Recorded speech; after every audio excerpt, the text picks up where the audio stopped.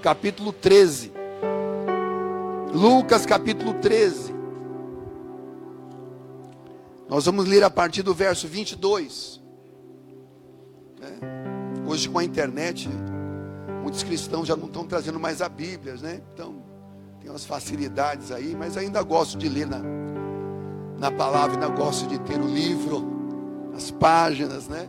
Nós vamos ler Lucas, capítulo 13, verso 22 em diante. Quem achou, diga glória a Deus.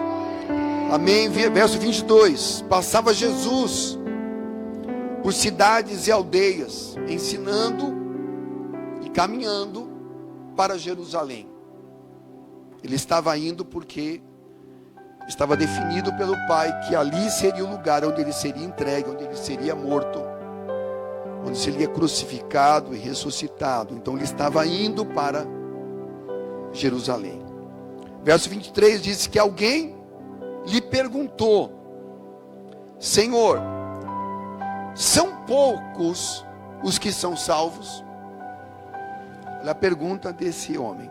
Não é identificado quem é, mas ele pergunta para Jesus: Senhor, são poucos aquelas pessoas que serão salvas? Então respondeu-lhe, verso 24, respondeu-lhe Jesus: esforçai-vos por entrar pela porta estreita, pois eu vos digo que muitos procurarão entrar e não poderão. Quando o dono da casa se tiver levantado e fechado a porta, e vós, do lado de fora, começardes a bater, dizendo: Senhor, Senhor, abre-nos a porta, ele vos responderá: eu não sei de onde sois. Então direis: nós comíamos e bebíamos na tua presença e ensinavas em nossas ruas. Mas ele vos dirá: não sei de onde vós sois. Apartai-vos de mim, vós todos os que praticais iniquidade. Ali haverá choro e ranger de dentes, quando virdes no reino de Deus Abraão, Isaque e Jacó e todos os profetas, mas vós lançados fora. Muitos virão do ocidente, do oriente, do ocidente, do norte e do sul, e tomarão lugar à mesa do reino de Deus. Contudo, há últimos que serão primeiros, e primeiros que serão últimos. Amém, amados? Pode se assentar. Um dos discursos fortes de Jesus.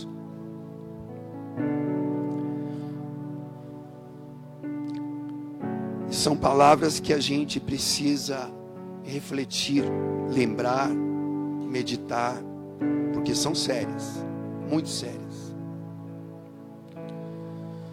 É claro que muitos de nós gostamos de ouvir mensagens que sejam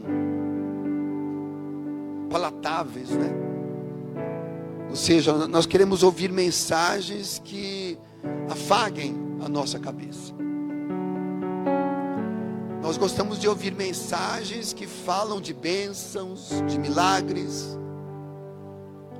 Mas as mensagens de Jesus não eram só sobre isso. Muitas vezes a mensagem de Jesus era muito séria, dura, firme, mas verdadeira. Verdadeira. Por isso que nós procuramos entender, conhecer a palavra de Deus. Então, a gente leu aqui que alguém veio a ele, não identifica quem é, mas alguém veio a ele e perguntou: Senhor, são poucos os que serão salvos? Talvez até hoje nós possamos fazer esse tipo de pergunta: quantos serão salvos? Serão que poucas pessoas serão salvas. Era uma questão que estava no coração daquelas pessoas daquele tempo. Porque eles haviam ouvido o ensino lá dos fariseus sobre isso, sobre o final dos tempos. E era muito claro essa questão de que poucos seriam salvos, e não muitos. Isso é muito sério, irmãos. Poucos serão salvos, e não muitos. Eu estava meditando nessa palavra, eu fui me aprofundando, isso foi mexendo comigo, porque, claro, quando você prepara uma mensagem para a igreja, a primeira pessoa que é cortada pela espada é quem está preparando. Eu não quero trazer para os irmãos nenhuma mensagem, nenhuma palavra que primeiro não cortou que falou primeiro comigo, com a minha vida. Eu não vou pregar para os irmãos nunca uma palavra que não mexeu primeiro comigo, porque a pessoa que prega aquilo que não vive é hipócrita. Jesus constantemente chamava aqueles religiosos do seu tempo de hipócritas, fingidos, porque eles pregavam que eles não viviam. Mas nos nossos dias, irmão, você só tem autoridade para pregar o que você vive. Você nunca pode pregar, ministrar o que você não vive. E aqui nesse texto, aqui eu estava olhando e eu procurei, eu vi alguns escritos muito antigos dos rabinos, lá antigos, de séculos, de milênios atrás. Eu encontrei aqui um dos ensinos desses rabinos. Por isso que esse homem perguntou, porque ele conhecia esse ensino, um ensino muito antigo, lá do Velho Testamento ainda. E eu encontrei esse texto aqui que eu achei assim muito forte, que era o que os fariseus pregavam, os verdadeiros, os que pregavam uma palavra para o povo. Então diz assim o texto, eu achei tremendo, por isso que eu quero passar para vocês nessa noite. Que ele dizia assim, um dos rabinos sérios, fortes da época deles: o Altíssimo, ele fez este mundo por causa de muitos. A gente está vivendo isso claramente, o mundo chegando a quase 8 bilhões aí de pessoas. 8 bilhões num mundo desse. Agora imagina na antiguidade. O Altíssimo, que é Deus, fez este mundo por causa de muitos, mas o mundo vindouro por causa de poucos. Olha só, o ensino já lá no passado, antes de Jesus vir ao mundo, já estavam ministrando, pregando isso. Os profetas estavam pregando isso, que esse mundo que a gente vive foi feito para muitos. Mas o mundo vindouro, a glória de Deus, o mundo futuro, ele diz, este mundo é para poucos. Muitos têm sido criados, mas poucos serão salvos. Esse era um ensino muito forte, né? Da antiguidade. E Jesus, vocês conhecem bem, Jesus, ele referenda essa palavra. Você lembra uma certa vez que Jesus disse, lá está lá em Mateus 22, que ele diz assim: muitos são chamados, mas poucos lembram? Os escolhidos. Muitos são chamados, mas poucos os escolhidos. As igrejas estão cheias de gente. As igrejas estão cheias de gente chamada. Mas a Bíblia diz que poucos serão os escolhidos. Isso não é forte? Isso não é sério? É muito sério. Muitos são chamados, mas poucos os escolhidos. No meio do caminho, muitos vão desistir.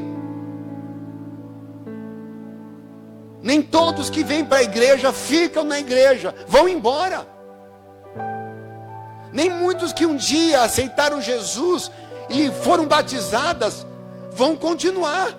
Eles vão desistir e vão voltar para trás. Muitos.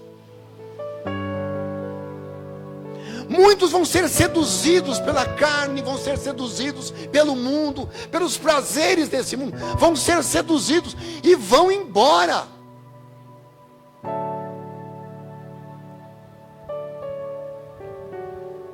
Por isso que a palavra ensina isso. Jesus foi muito claro.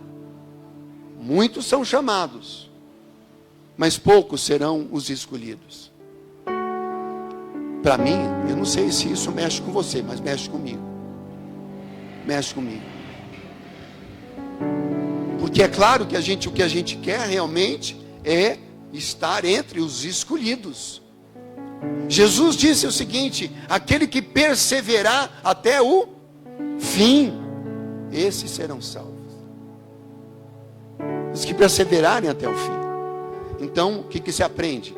Que não importa como você começa a tua vida cristã. O que importa é como você vai terminar a sua vida cristã. Eu sempre falo isso para os irmãos. Não importa o que você fez no passado. Não importa o que você foi no passado. O que importa é se você vai permanecer firme até o fim. Tem gente que troca Jesus por qualquer coisa. Troca Jesus pelos prazeres do mundo. Troca Jesus pelo adultério. Troca Jesus por uma vida mais simples, mais fácil. Por corrupção e qualquer coisa do gênero.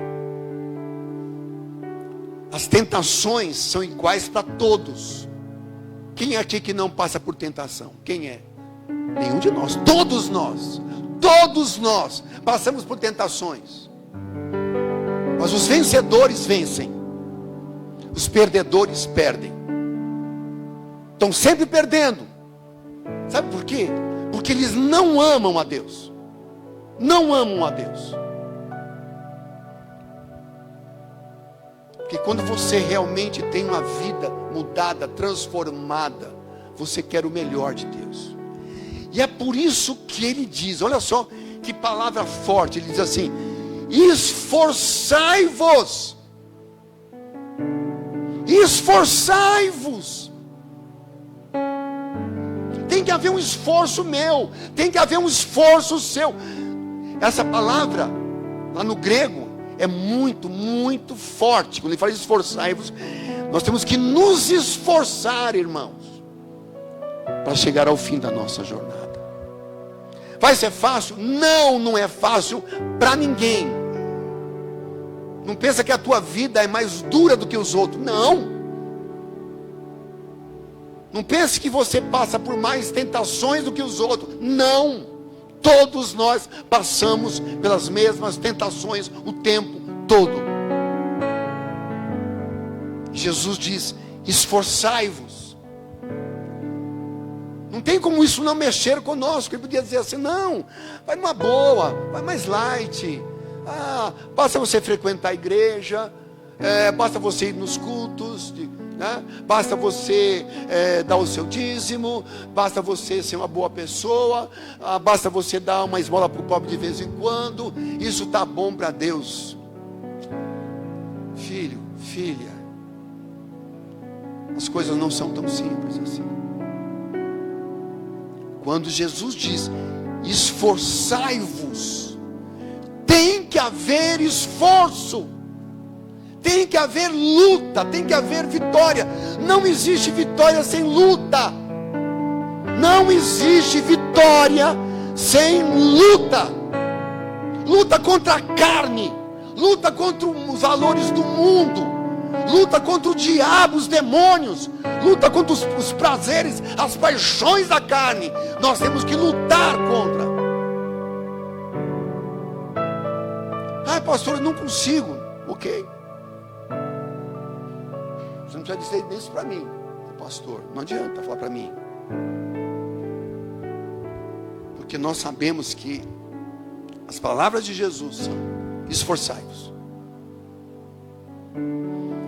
Esforçai-vos pelo quê? Ele diz: por entrar pela porta larga. Não. Ele diz: esforçai-vos por entrar pela porta estreita. Porta estreita. Não é uma porta larga, uma porta estreita. É difícil até de entrar, até de passar. Ele diz isso: esforçai-vos por entrar pela porta estreita. Isso ainda fica mais assim evidente. Eu vou só aproveitar aqui e dar uma olhadinha lá em Mateus. Que lá em Mateus ele fala a mesma coisa, só que Mateus pega uma coisinha a mais em Mateus 22. No verso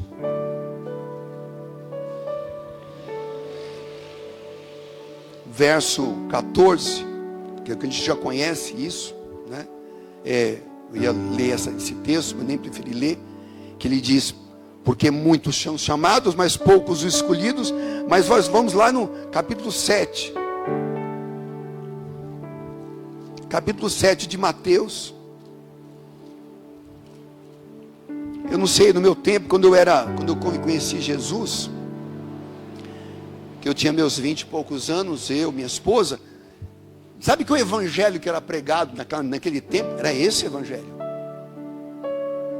Hoje é um evangelho água com açúcar, que é muito pregado nas igrejas. É um evangelho muito light. No nosso tempo, os jovens se firmavam, porque era o evangelho, era esse evangelho que era pregado. No capítulo 7 de Mateus, no verso de número 13, Mateus agora está pegando as mesmas palavras de Jesus, ele amplia um pouco mais. No verso 13 diz assim: entrai pela porta estreita, porque larga é a porta, e espaçoso o caminho que conduz para o quê? Quem está com a Bíblia aberta? A perdição. Preste atenção. Está falando da vida espiritual, da nossa vida com Deus. O que nós estamos procurando? Claro que cada um de nós, se você puder, oportunidade, todo mundo quer uma porta larga. Eu quero Deus, eu quero as bênçãos de Deus, eu quero ir para o céu, eu quero uma porta larga. Queremos uma porta larga, porque a gente pode errar, pecar, fazer o que a gente quer,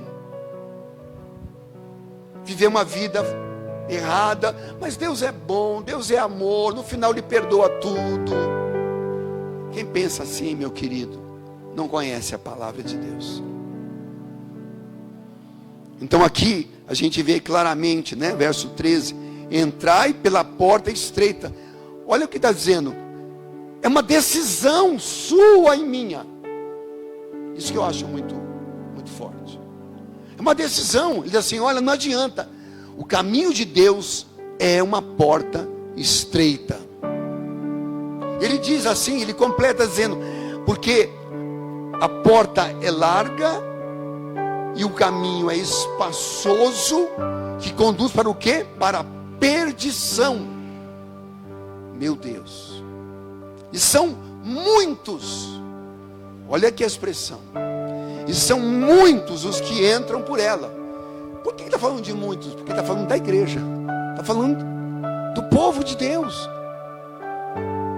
Ele estava falando nesse momento aqui para o povo de Israel, o povo que recebeu a revelação de Deus.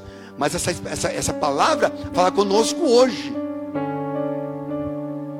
Nem todos que estão na igreja vão chegar. Nem todos. Tenho que ser sincero com você. Eu não vou mentir para você.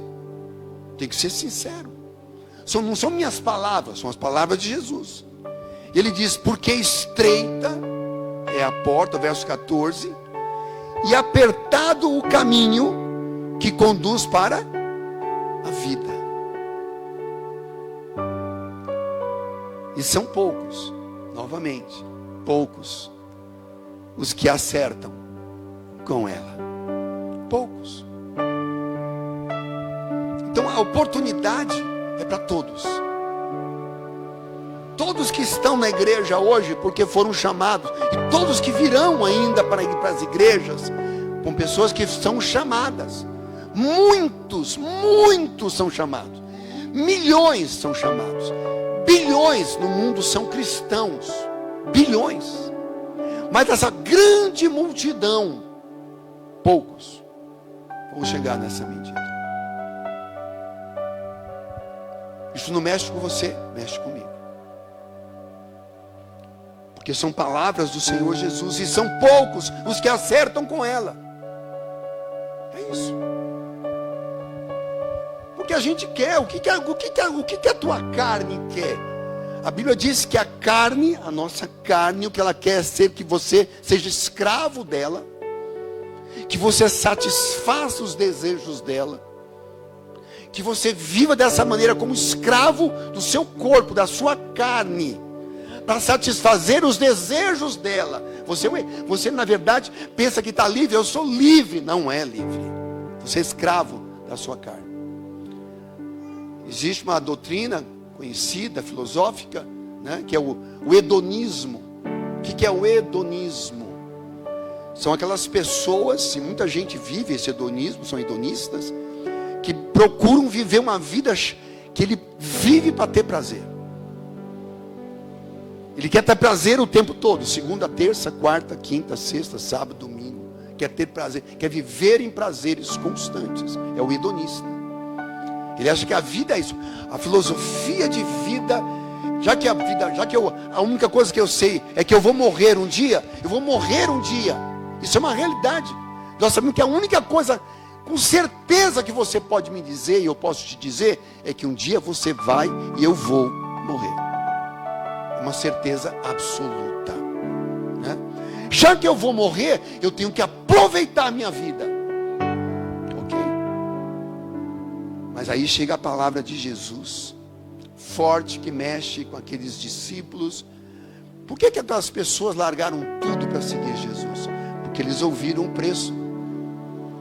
Eles entenderam o preço do chamado. Entenderam o chamado. E estavam dispostos a pagar esse preço para serem salvos.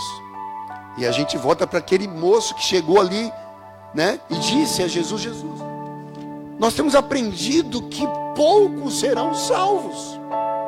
Jesus, ele realmente diz, ele complementa isso aqui no verso 22, 23, 24.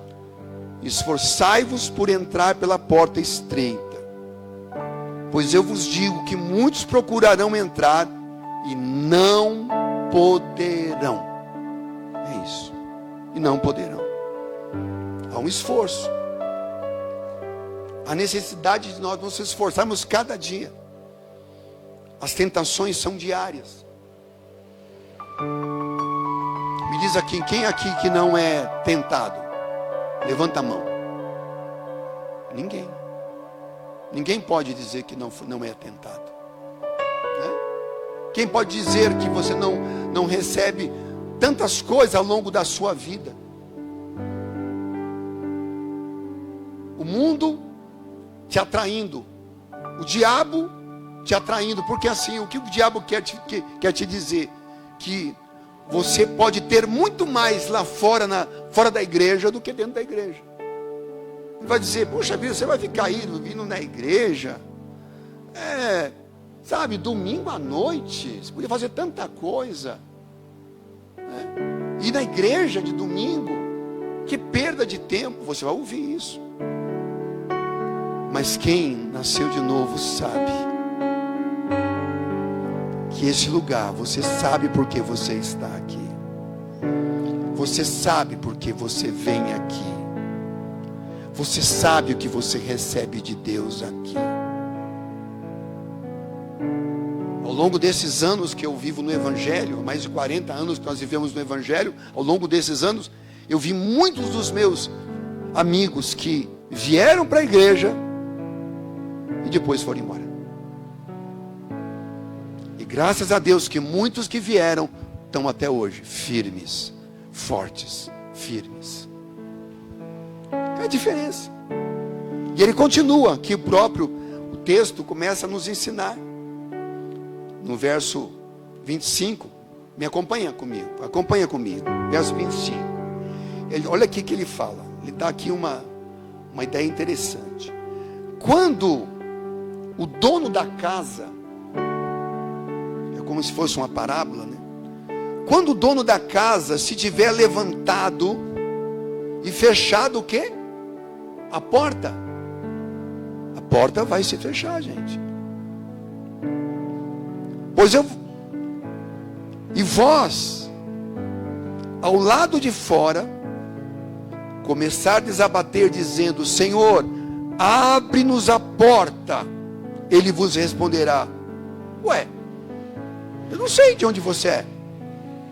Eu não sei de onde vocês são. Deixa eu explicar uma coisa para vocês. É claro que Jesus está falando aqui do Pai. Quem é o dono da casa? É Deus, o Pai.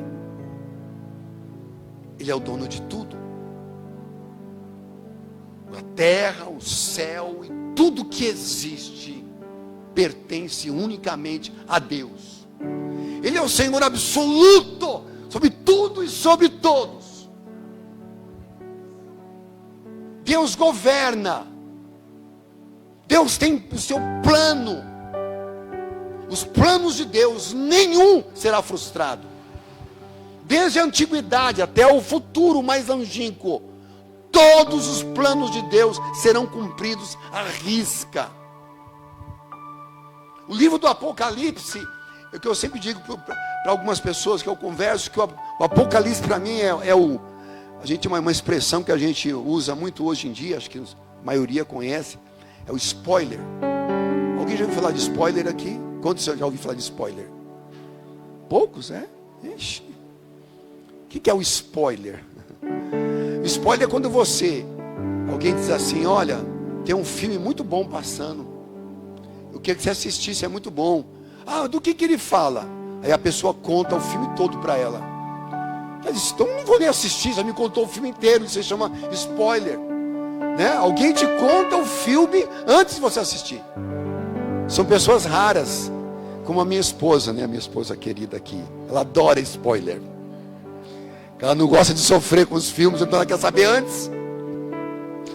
Quantas vezes ela pega um filme, posso contar, né? Ela pega um filme, que o filme é muito tenso, sabe o que ela faz? Ela põe lá para o fim, vê como é que é o fim, e depois ela volta para a parte que ela estava, porque ela não quer sofrer com o que vai acontecer. Eu não sou assim, eu gosto de seguir o filme. Se me contar o filme, não assisto mais. Não quero saber. Eu não quero saber do que é o filme. Isso se chama quando alguém conta o final, né? Conta o final, no final o mordomo mata todo mundo. Então por que eu vou assistir o filme? Eu sei que o mordomo mata todo mundo. Isso se chama spoiler, né? Uma palavra americana, mas que todo mundo que assiste filme hoje em dia sabe disso, né? E o Apocalipse é o spoiler de Deus. Deus ousou contar o fim de tudo. Olha que maravilhoso. Deus contou o fim do filme. Deus contou o fim da história. Está tudo lá. E tudo que está lá vai se cumprir. E nada, nem ninguém, nem Satanás, os diabos, demônios, nada pode impedir os planos de Deus de se cumprirem. Vão se cumprir completamente. Por isso que ele diz aqui: o dono da casa é o dono do mundo, é o dono de tudo. Quando o dono da casa se tiver levantado e fechado a porta, presta atenção nisso, fechado a porta, por quê? Hoje nós vivemos um tempo em que a porta está aberta, glória a Deus por isso. A porta da salvação está aberta. A porta da pregação do Evangelho está aberta. Graças a Deus que é um tempo que a porta está aberta e muitos estão se convertendo a Deus. Muitos estão vindo para as igrejas.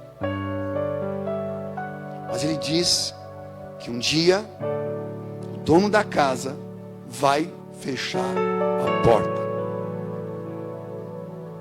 Tem um tempo que a porta vai ser fechada. E é isso que ele começa a colocar aqui para nós. E do lado de fora, quem vai estar do lado de fora? A porta fechou. Do lado de fora, vai ter gente batendo. Olha só que coisa interessante. Vai ter gente batendo na porta, querendo entrar. Mas a porta se fechou. É como aquele filho pródigo que pediu ao pai a herança, porque ele queria gozar o mundo, ele queria gozar a vida, ele queria curtir a vida. E ele foi e gastou toda a herança que ele tinha com prostitutas, com prostituição, gastou a sua vida com pecados, com erros, ele curtiu bebidas, tudo que as pessoas querem. A carne quer, na verdade, a carne quer isso. Mas lá, naquele tempo, a porta ainda estava aberta. Tanto que ele, quando chega no fundo do poço, ele resolve voltar. Porque ele pensou, puxa vida, eu estou aqui nessa miséria, perdi tudo. Não me adiantou em nada, gozar tudo isso que eu gozei. Não me adiantou em nada. Lá na casa do meu pai, até os empregados comem do melhor, vivem do melhor. Eu vou voltar para minha casa. E eu vou pedir para meu pai, pai, me aceita pelo menos como um servo, como um escravo. Eu estou disposto a vir para cá e ser um escravo teu. E ele volta. Ele disse, eu pequei contra Deus. Ele reconhece. Primeiro, eu pequei contra Deus e pequei contra o meu pai. Mas eu vou voltar e vou me humilhar. E vou pedir que ele me aceite de volta. Na ideia dele, vocês conhecem bem essa parábola, essa história, de que ele volta para casa querendo ser servo. Quando ele chega lá, que o pai o vê, o que ele faz? Ele dá uma festa. Porque o meu filho estava perdido e foi achado. Naquele tempo, a porta estava aberta. Hoje, amado irmão, amada irmã, todos nós que estamos aqui, a porta está aberta para nós. A porta está aberta para você. Mas são as suas escolhas que vão fazer a diferença. As suas escolhas. É você que tem que escolher. O que você vai fazer com isso? Com as palavras de Jesus. Você pode ignorar. Dizer, não, eu gosto da vida, eu quero curtir tudo que eu posso. É claro, uma decisão. Uma decisão. Mas ele disse que um dia a porta será fechada. E ele disse que lá de fora muita gente vai estar batendo na porta. E ele vai responder, eu não sei quem vocês são. Olha que coisa interessante.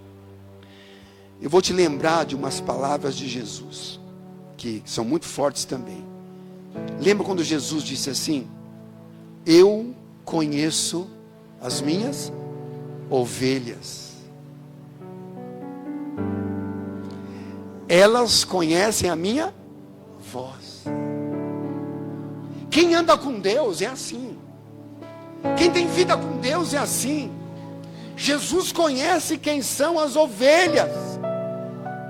E as ovelhas conhecem a voz do pastor. Nós estamos aqui porque nós conhecemos a voz do nosso pastor. Pode dizer amém a isso, amado? Nós conhecemos a voz do nosso pastor. Por isso que nós estamos aqui. Será que nós não temos tentações? Claro que temos. Será que o diabo não vive o tempo todo oferecendo algo grande? Mas o que você faz? Bom, com Deus eu tenho isso e o diabo me oferece aquilo. O raciocínio me parece lógico. Eu tenho muito mais a perder voltando, porque o que Deus me oferece é infinitamente melhor. Infinitamente melhor. Não há comparação.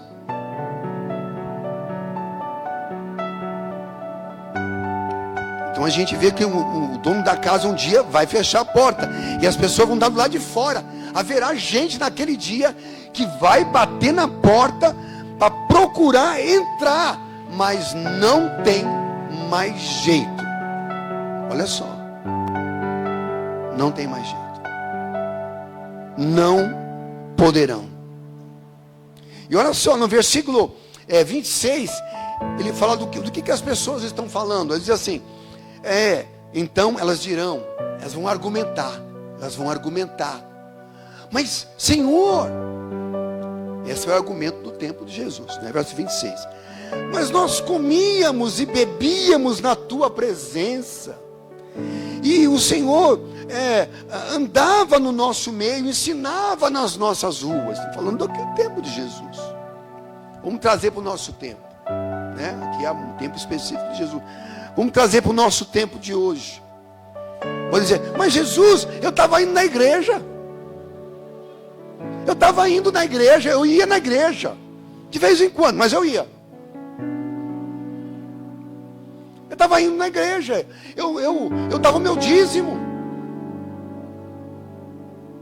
Eu de vez em quando dava uma esmola para um pobre. Eu não sou eu nunca matei ninguém. Nunca roubei ninguém. Como essas pessoas tiveram argumentos para dizer, e muitos do nosso tempo vão ter argumentos semelhantes a esse. Nós fizemos tudo isso, estivemos tão perto. Você esteve tão perto e perdeu tudo. Esteve tão perto e perdeu tudo. Irmão, você vê a seriedade do que é andar com Deus na terra? Não é dizer assim, eu tenho uma religião. Eu sou católico, eu sou evangélico, eu sou espírita, eu sou qualquer coisa. Olha só o preço do chamado, do que é andar com Deus. É isso. E tu ensinava nas nossas ruas, a gente fazia tanta coisa. Eu fui lá, eu tocava na igreja. Eu era ministro de louvor na igreja. Olha, eu limpava a igreja, varria. Eu era do coral. Lembra da irmã Sandra? Ela ministrava lá com a gente. Sandra.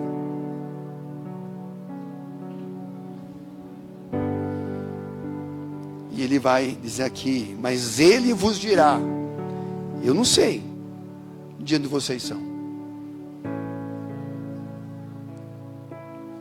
Apartai-vos de mim. Olha que duro, hein? Apartai-vos de mim, vós todos os que praticais o que? A iniquidade. Por que ele disse, eu não sei quem vocês são, ou de onde vocês são? Porque tem muita gente dentro da igreja que não conhece a Deus. Tem gente dentro da igreja que não tem comunhão com Deus. Tem gente dentro da igreja que não tem intimidade com Deus. Você conhece que você tem intimidade com Deus quando você de manhã, ou durante o dia, você tem vontade, um desejo de orar. E você vai diante de Deus, fecha a tua porta como Jesus ensinou, e ali você fala com aquele que você crê. Eu creio em Deus. Paulo dizia, eu sei em quem eu tenho crido. Então você vai, quando você percebe que você tem intimidade com Deus, é quando você vai orar e você fala, meu Deus, meu Pai, Senhor da minha vida, Deus da minha salvação. Meu Deus, obrigado por esse novo dia, eu te louvo, eu te adoro, eu te bendigo. Obrigado por tudo que eu sou, tudo que eu tenho, meu Deus, porque eu sei que tudo que eu tenho vem do Senhor. Olha a intimidade, você percebe a intimidade? Eu não sou perfeito, Senhor, mas eu procuro o Senhor. Se houver um pecado oculto na minha vida, me mostra, para que eu possa confessar e largar.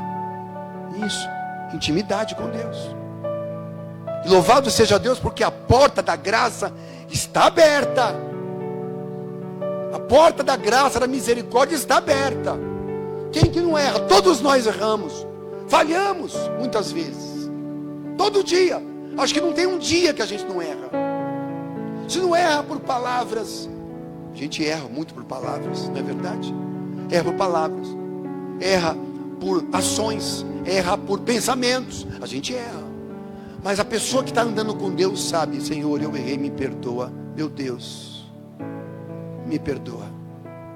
Eu venho confessar o meu pecado, porque eu reconheço que eu pequei, eu errei, e eu peço perdão e clamo pelo sangue de Jesus. E quando você ora, pede perdão com sinceridade, de verdade mesmo, você está falando com Deus, o sangue de Jesus opera, e o teu pecado é completamente perdoado, e você é completamente limpo, limpa, porque isso é o poder de Deus. Ele deixou a porta da sua graça e misericórdia aberta o tempo todo, para que você possa pedir perdão. Mas eu peço perdão com sinceridade, com verdade. Você quer andar com Deus? Seja sincero. Sinceridade, Deus ama a sinceridade. Não adianta você querer enganar Deus. Adianta alguma coisa? Não. Não adianta enganar Deus, Ele sabe do seu coração antes de você chegar. Ele sabe do quem eu sou antes de eu ir. Ele conhece meu coração. Ele sabe como eu sirvo. Se eu estou aqui diante dos irmãos, se eu tenho algum interesse escuso, se eu tenho uma vida errada, vocês não sabem. Vocês não vivem comigo. Vocês não sabem o que eu faço no meu dia a dia. Mas Ele sabe. Ele sabe o que eu vivo, a maneira que eu ando, todo dia, dia e noite. É como eu digo sempre brincando com os irmãos, né? Eu e a minha esposa, uma das coisas que a gente mais gosta de fazer, acho que todo mundo tem alguma coisa que gosta de fazer, né? Tem gente que uma coisa que mais gosta de fazer é comer, a gente gosta de viajar. Então nas nossas férias a gente sempre viaja. Mas eu sempre digo para os irmãos, quando a gente viaja, a gente não tira férias de Deus. Tem gente cristão que quando viaja, tira férias de Deus.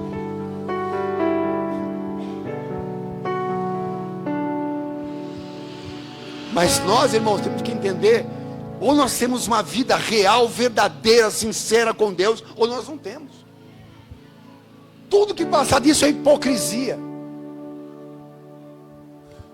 Ah, pastor, se é assim, então eu vou sair da igreja. É uma decisão de cada um. Ah, pastor, eu não quero assinar, está muito sério esse caminho, eu vou procurar outro caminho. Uma decisão que a gente pode tomar. Ou não. Que nesta noite, o Espírito Santo fale com a tua vida de uma forma pessoal. Que quebre tudo aquilo que às vezes o diabo tem construído na tua vida, e que essa palavra vem como um martelo para quebrar, em nome de Jesus. Em nome de Jesus. Apartai-vos de mim. Ele vai dizer para muita gente que teve na igreja, vai ouvir um dia: apartai-vos de mim, vós que praticais a iniquidade. Eu não sei se vocês entendem o que é esse termo, iniquidade. Não sei se eu vou conseguir nesse tempo, se for de maneira rápida. Iniquidade, é fácil você lembrar quando a Bíblia fala sobre o anticristo. Acho que todo mundo já ouviu falar do anticristo. Um dos nomes do anticristo é o homem da iniquidade. Literalmente significa o homem sem lei. É isso. O homem sem lei. Iniquidade significa viver sem lei.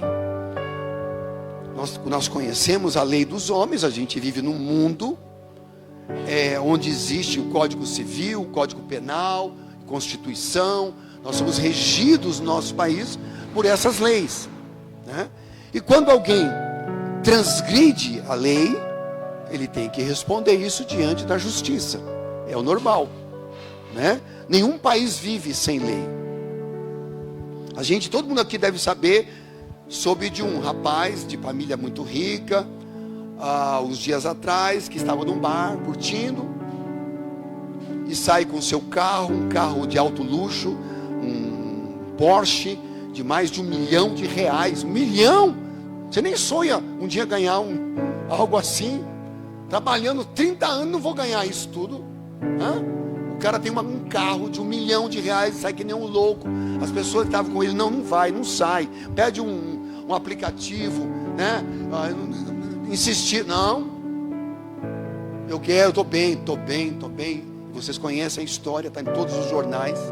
Ele saiu dirigindo um carro aqui na Salim Maluf, perto da minha casa ali. De madrugada ali, é 50 por hora. Ele estava 156 quilômetros por hora.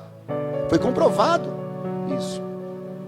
Que nem um louco, não estava nem aí com os radares, era cheio de radar. Não estava nem aí, é rico. Tem muito dinheiro. Ele paga e bate num motorista de aplicativo. Vocês conhecem a história. E esse homem morre. Que não tinha nada a ver com a loucura daquele rapaz. Menino novo, 24 anos. 24 anos. Mas que tomou uma decisão. E matou alguém com isso. Mas existem leis no país. Tudo bem, nós vivemos num mundo injusto. Os ricos dificilmente são presos. Né? Quem é preso? Geralmente são os pobres, que não têm advogados, bons advogados. Né? Ele tem muitos advogados. Agora, que eu li alguma coisa sobre ele recentemente, que então ele está achando chamado para ser preso agora. Vai ser preso. Olha, demorou, hein? A polícia pegou ele lá na hora. Não fizeram nem bafômetro. Tinha bebido, tinha feito tudo, nem bafômetro. Por quê? Tinha um Porsche. Oxe, vou fazer um bafômetro aqui. Tem um Porsche. Se fosse eu ou você, estava lascado, né? Estava lascado. Nem bafômetro fizeram. Liberaram. Agora está foragido, diz que vai voltar na segunda-feira para se entregar. Né? Esse mundo que a gente vive é assim. Mas existem leis. Ele vai responder por isso. Ele vai responder agora. Vai ser preso e vai responder por isso. Agora, quando fala de iniquidade sem lei, não fala em relação a esse mundo. Fala em relação ao reino de Deus. Iniquidade é você viver uma vida sem que a lei de Deus seja o teu norte. A pessoa que é chamada de iníquo é aquele que vive sem a lei de Deus. Você pode pensar na lei no sentido de que a lei pode ser simplificada ali nos 10 mandamentos. Vamos simplificar. Não matarás, não roubarás, não se prostituirás, não adulterarás. Eu fico pensando, como é que existem pastores adúlteros? Gente, eu fico alarmado, me perdoa, mas eu fico abismado. De igrejas que tem pastores adúlteros, que todo mundo sabe, a mulher dele sabe, ele continua no púlpito, pregando. Olha que absurdo. São pessoas iníquas. Não pensa porque ele é pastor, porque ele é bispo, que tem alguma coisa de especial, Deus vai tratar ele especial. Não, filho. Iniquidade é uma coisa séria. São pessoas que vivem sem lei. Estão pregando a palavra, estão pregando a Bíblia, mas pessoas que vivem sem lei. Mas vão responder, um dia vão responder. Por isso, ele diz: apartai-vos de mim, todos vós, que praticais a prática da iniquidade. Tem pessoas que fazem isso. Eu conheço de um pastor do Rio de Janeiro, que já tem uma história, um cara, não vou nem falar nome, mas um cara muito conhecido lá no Rio de Janeiro, pastor que prega muito bem, conhece muito a Bíblia, conhece muito, olha só, presta atenção nisso, pra você não ficar se iludindo. E é um adúltero. E a igreja faz vista grossa para ele. A mulher faz vista grossa, aceita tudo. E é pastor. Filho, então, pensa bem, meu caro. Você acha que tudo isso vai ficar impune? Não. Todos vão responder pelas suas obras. Todos. Pastores, bispos, esses nomes que hoje tem, apóstolos, seja o que for. É um absurdo. Apartai-vos de mim, vós que praticais, que continua na prática. Está errado e continua na prática. E no verso 28, vamos terminar aqui.